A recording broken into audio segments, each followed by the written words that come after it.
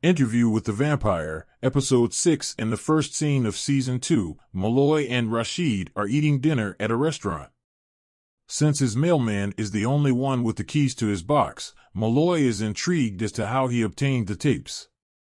Raglan walks up to Malloy while Rashid excuses himself. They discuss whether Malloy can be protected by the Talamasca. Raglan believes it will be difficult for the journalist to escape this situation unscathed with his novel.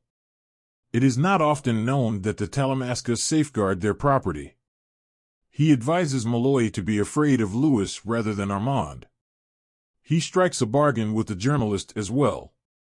The Talamasca will assist Malloy in getting the book published since they believe he should write it. He then requests that Malloy add a few queries that the Talamasca are interested in learning the answers to.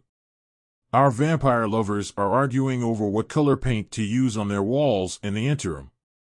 Louis is still irate over the entire memory erasing incident and is acting in a passive-aggressive manner. We return to Paris in full. Armand takes advantage of Sam's new playwriting endeavor to tame Santiago with flattery. Louis claims that Armand has a biased memory as a result of the events that occurred. Armand counters that he was too consumed by love to notice Santiago and the Coven's schemes. Louis disputes this, claiming that Armand was being a lethargic leader and that he doubted it was related to love. In the meantime, Santiago and the others carried out their plans and contacted Lestat's accountant to extend an invitation to the new play's premiere. Louis concentrated on purchasing new paintings to resell and turn a profit, while Armand kept himself occupied trying to prepare the Coven for the next play. Conversely, Claudia kept drawing nearer to Madeline. She exposes her actual self and defends the dressmaker from an attack at her home.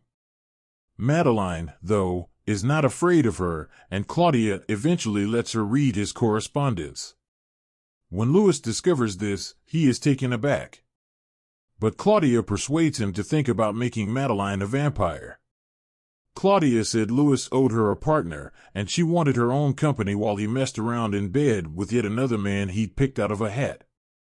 Following their conversation, Louis asks Armand to turn Madeline. Louis finds out later that Armand never made a vampire, something he never disclosed to him. Armand questions Madeline despite his disapproval of the notion in an attempt to determine whether or not she can endure the solitary existence of a vampire. Naturally, Madeline acts fearlessly and thinks she has seen and experienced everything. However, Armand declines, so Louis makes the independent decision to turn Madeline with Claudia's assistance. He requests that Armand ensure that the Coven remains unaware of their scheme. Fortunately, Madeline was hidden from the Coven's attention as they were occupied with their own sinister schemes. Even though Claudia didn't want Madeline to take Lestat's blood at first, she had little choice but to accept Louis's offer.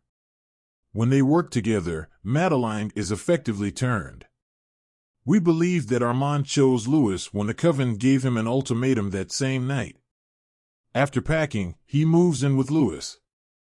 Claudia and Madeline depart town after turning Madeline. But thanks to his relationship with Madeline, Louis is able to stay up with Claudia. He tells Armand that he doesn't regret turning Madeline or losing Claudia, despite how strong the relationship is. However, Armand expresses his concerns about losing Louis in the event that the Coven chooses to take revenge. Louis feels confident and is glad Armand picked him. Louis is now wondering if Armand purposefully lied to him that day. Armand believes Louis has no right to be angry and brings up San Francisco.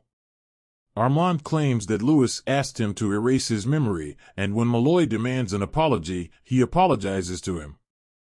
In addition, Armand displays the pages he tore from Claudia's diary, adamant that he did so just for his own safety.